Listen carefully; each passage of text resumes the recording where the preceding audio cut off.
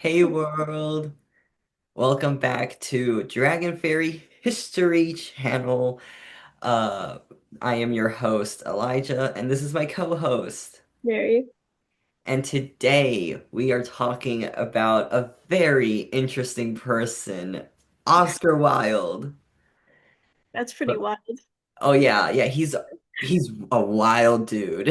I've You heard. know, that's why he's called Oscar Wilde. Yes. But first, we have our fun facts. Mm. Mary, would you like to go first? Yes, I can go first. So this past week I graduated from college. Yeah! Congratulations. That's a huge achievement, Mary. I guess my Thank fun fact. you. My fun fact actually is that I have the Picture of Dorian Gray by Oscar Wilde. I haven't read it yet, but yeah, no spoilers. No spoilers. No spoilers. Did you get it Um, because of the video? well, I guess do I because I did research on not just Oscar Wilde's like biography, but also I learned more about his books or his one book. He's more of an a poet and a playwright. He actually, fun fact, this book is the only book he ever wrote. Oh, tea. Yeah. So I was very intrigued when I was like reading about the themes of the Picture of Dorian Gray. I was like, I need this book. Yeah, fair. I have so many notes, Mary. Let's get into it. Excited. So, Oscar Wilde was born in Dublin. He's Dublin 1854, gotta say when. He was an Irish playwright, poet, and author. Fun fact, I couldn't really find much about him growing up, but fun fact about his childhood is his mother dressed him in girls' clothes because she loved him so much. Because she loved him.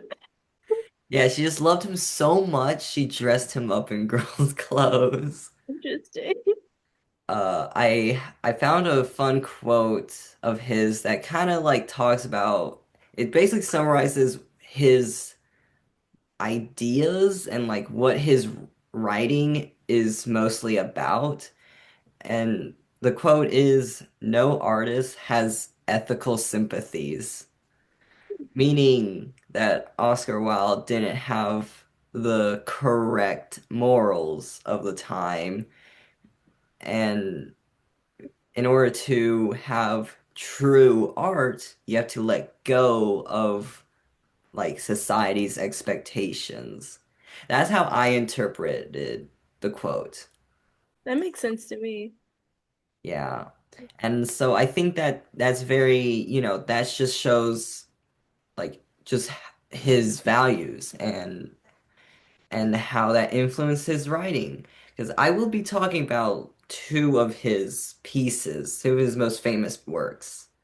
Because I've read like one thing of his. Um, but other facts about his life, just between 1881 and 1888, he got married and had two sons. And he became famous off his poetry plays that he became so self-absorbed and he would tell his stories at dinner parties, especially if the audience were young, handsome, rich men. So, Inconvenient. yeah, when you're just around like a really cute guy, you tend to just like show off a bit more. So, um, yes. And we will come back to this. This is just important, keep this in mind for later. Because he meets a certain someone at these dinner parties. Scholar John Quintus says that Wilde did not encourage faith in Christianity in his writing, which awesome. I support that. Yeah, I support that Um, too. and his work had complex themes such as sin and how harmony is achieved. Any comments on like brief summary of him as a person? No, it all makes sense. Okay, good. Then I will talk about the importance of being earnest. Have you ever heard of that? No, I haven't. It is one of his most famous plays. I actually had to read it in high school. It's actually a really funny satire, and this play was first performed in 1895, just for trying to, keep a timeline. Um, and the title itself is really funny because earnest is like, being honest. It's the importance of being earnest, being honest. But also the main character is a guy named Ernest. So it's That's like funny. play on words of, important to be yourself and be honest. So, and that's actually what the whole play is about because Oscar Wilde satirizes etiquette of the Victorian era. There's like a lot of mistaken identities, clever wordplay, and social commentary that exposes hypocrisy and societal expectations of the upper class. And yeah, it just shows basically all these rich people have like these societal expectations where they can't talk honestly or casually. They have to be polite all the time. They have to say things correctly all the time. And so Ernest, or not Ernest, but Oscar Wilde is criticizing, these expectations of like people aren't speaking their mind. Everyone's so repressed, which, was that's how it was back in the Victorian era. It was like all about repression and Yeah. fitting societal norms. Any questions on the importance of being earnest? Like, Any what more comments? in detail is it about? Like, I know it's about being honest, but Um, I read it a long time ago, so it's all kind of blurry, but I think I know the main character is Ernest, and I know there's like some like fake identities or like somewhere. I remember that being a thing of like people pretending to be different people. Um, but I think it was just, let me Google this because my memory, I read this whole thing and I loved it so much, but I don't remember it at all. that's so fair. That's like me when I tell somebody I really like a movie and they're like, "Oh, what is it about?" And I'm like, "Oh, I watched that like 5 years ago." Okay. Yes, yes, yes, yes. Okay. Yeah. So these two young men invent false identities. Yeah, literally false identities to escape their responsibilities and pursue pleasure. And Ernest is one of the fake identities. Oh, okay. Oh, yeah. That's like That's basically what it is, and it's just like a comedy of just like short scenes of them just like, That oh, sounds I need to read that again. I highly recommend you read that, Mary. yeah, I feel like I want to read that. It sounds really It funny. is so funny. Um, but the next little story I want to talk about is first and last novel he ever wrote, The Picture of Dorian Gray. Written in 1890. It is a gothic horror and it's, philosophical too, that explores morality and unchecked desires. So, it follows the character Dorian Gray, who lives a hedonistic lifestyle. A lifestyle full of pleasure, full of indulgence, and he wishes for his portrait to age instead of himself. It's a little confusing. I got a little confused by that, but basically, he wants to stay young and have his portrait age instead. But as a result, his morals decay due to his indulgence. And so Oscar Wilde emphasizes the consequences of pleasure getting in the way of morals. And because I didn't want any spoilers because I do want to read this. Yeah. So I didn't look into the specific ways the morals like kind of disappeared. So that it's a bit vague, but it's also just all you need to know is the general idea of how pleasure and like sin kind of like fight each other. That's what was believed in Victorian times was, you know, pleasure was not like a good thing, which kind of is the opposite of the meaning of pleasure. Yeah. But yeah, morals, um, what's the word when you're like restraint, that's the word. Restraint, morals was like very highly valued.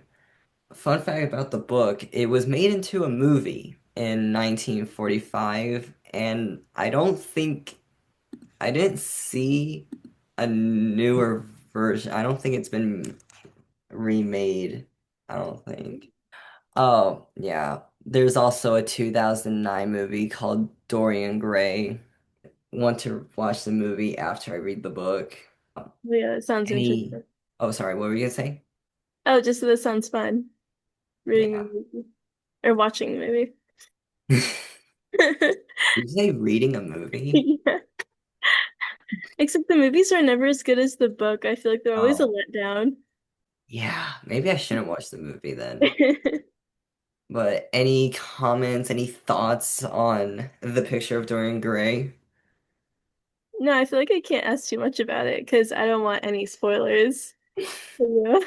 One of my friends, when I was like telling them like, oh, I got the book, one of them said just in the beginning, like just the first chapter is like the main character is just describing this guy in the most romantic way. Like just a whole chapter of, oh, he's so refined. He's so he's so perfect. He's the ideal man. Oh my God. It's like, yeah, How that long is feels that chapter? gay. Pretty good. Yeah, so I'm excited for some, some gay literature. Now that we've covered his writing and his what made him famous, it's time to get to the end of his life, which was crazy, but also sad. He met from one of his dinner parties. Okay, I don't know why I spelled his name horribly wrong, but he met Lord Alfred Douglas, uh, who was enchanted by Wilde's charming conversation. And Oscar Wilde moved in with Douglas for work-related reasons. course, just work. Yeah, it's easier to work with someone when you live with them, you know? Like, you spend more time together, you can really just get like A work done lot of every work time. done. Yeah, so much work done. Yes, a lot of work can be done. Um, but Douglas's father, the Marquess of Queensberry, tried to end their relationship because he knew what was happening. He read between the lines. He You know knew how much what work was was up, happening. and he tried to end the relationship, but was unsuccessful.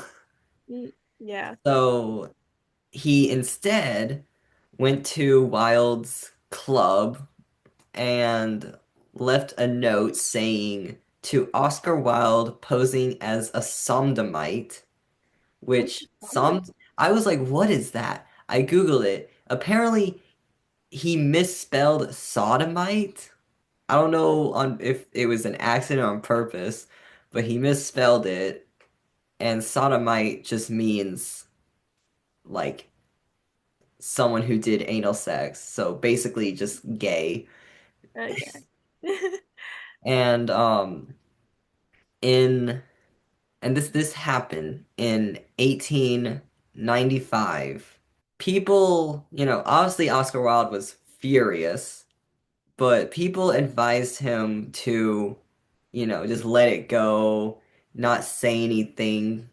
But Oscar Wilde was too, I think his ego was too hurt by this that he sued the Marquess for libel, which, if you don't want to know what libel is, it's just lies.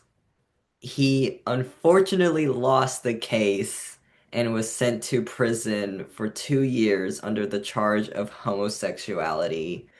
If only he, listened to people's advice, he probably wouldn't have gone to prison.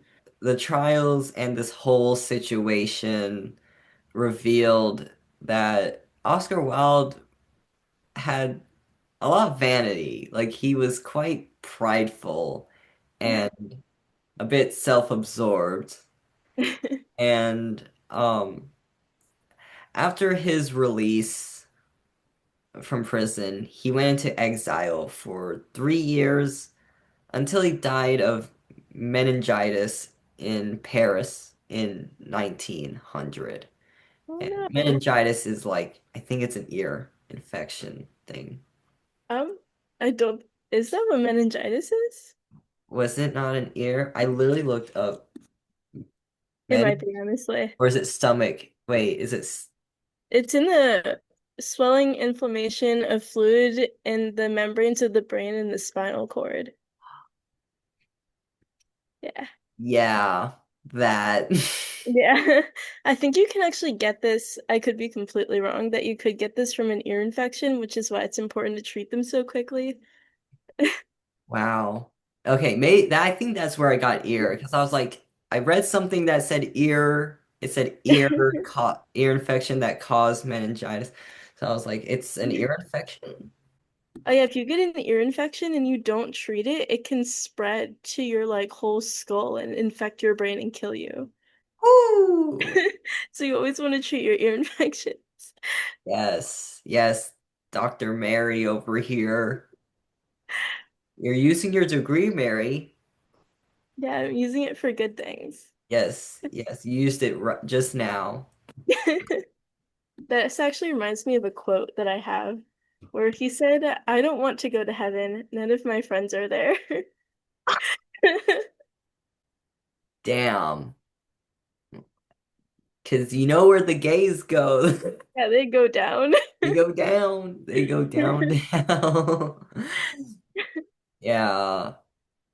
That just tells me that his friends are really awesome. Yeah, exactly. I agree. That is awesome. Yes. But Mary, what's the lesson of that? What have we learned from Oscar Wilde?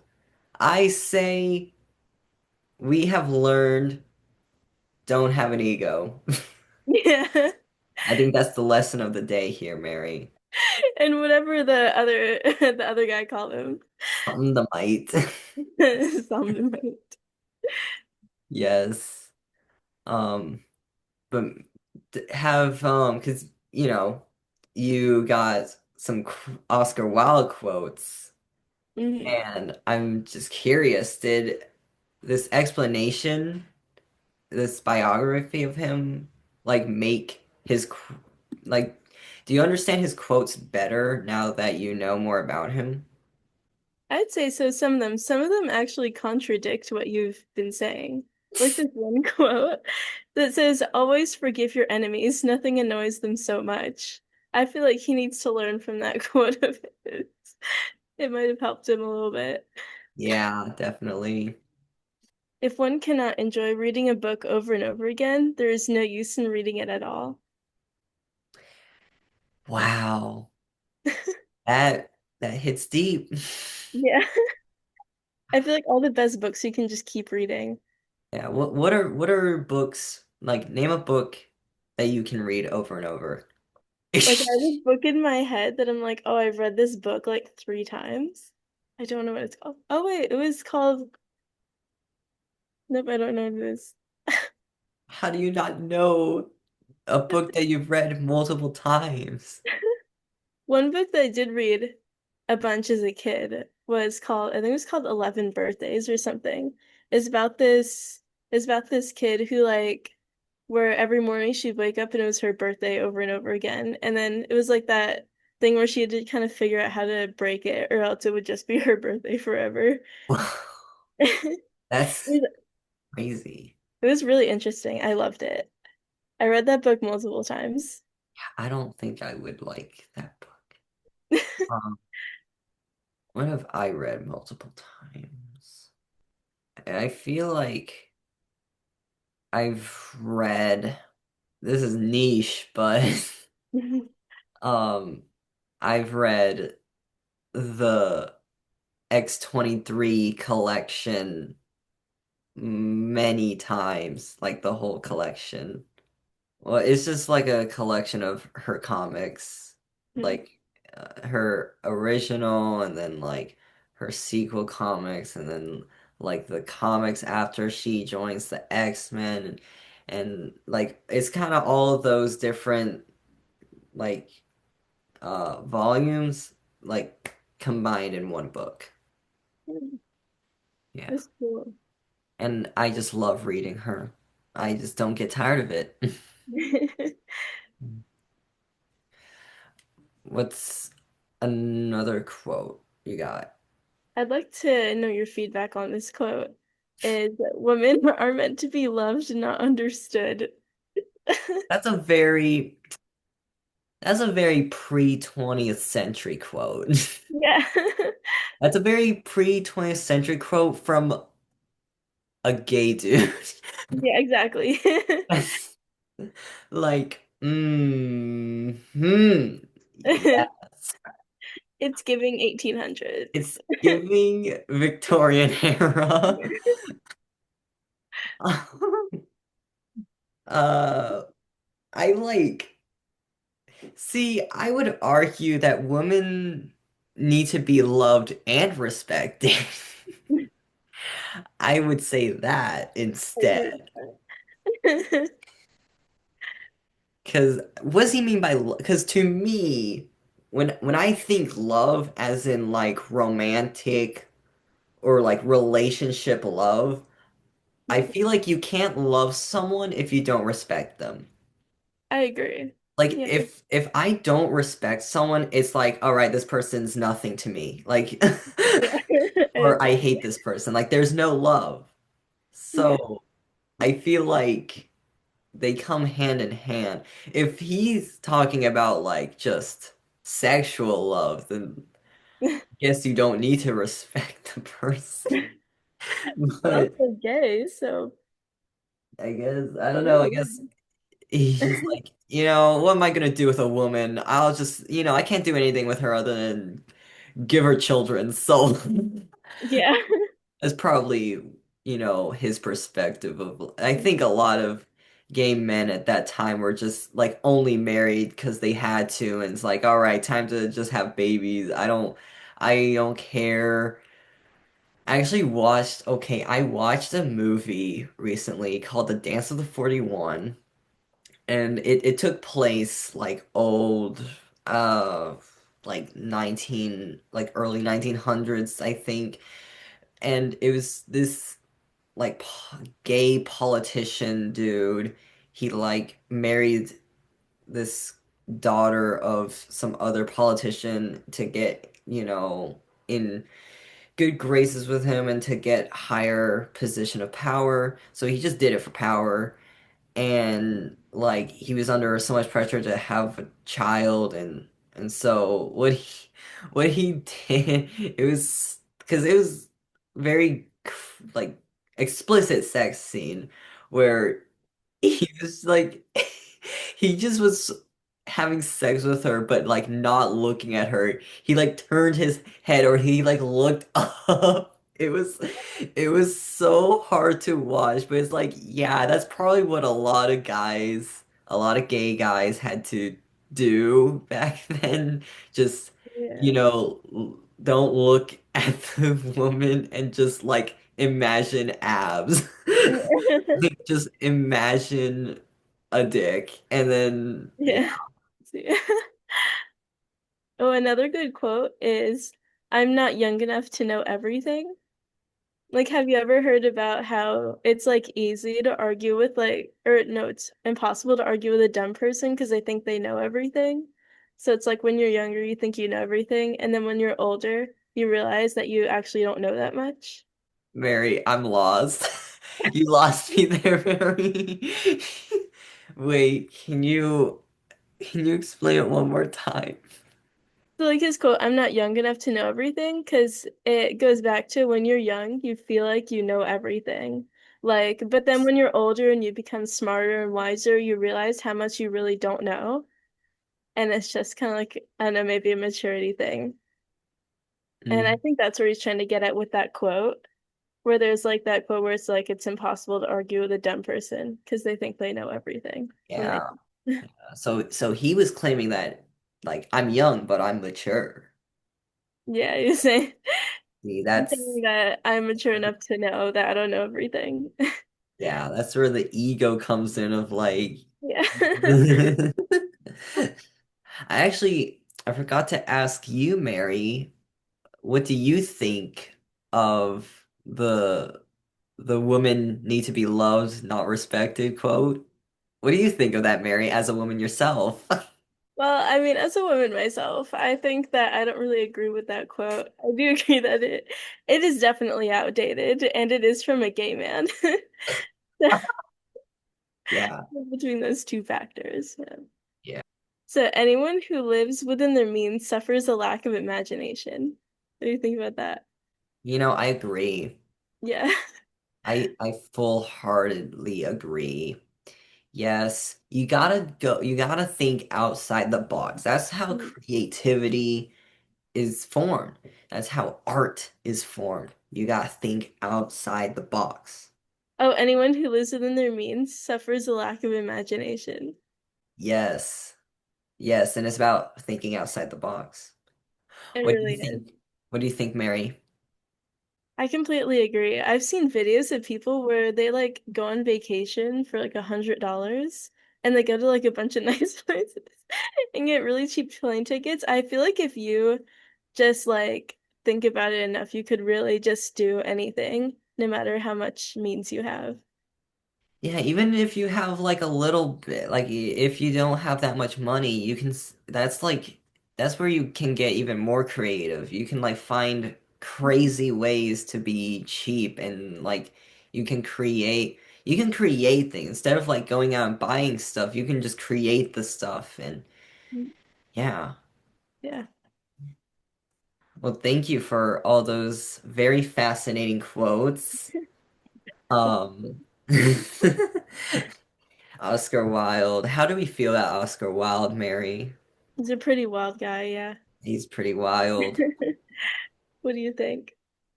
Oh, I mean, he's the wildest of them all. Yeah, totally. I definitely he definitely has his faults, but I think he slays. Yeah, definitely. He's amazing. Yes. Especially for the time that he was born in. Yeah. We have learned a lot today. Don't have an ego, guys. So thanks for watching. Let us know what topics you'd like us to talk about next. Don't forget to subscribe and follow us on Spotify and YouTube. Bye. Bye.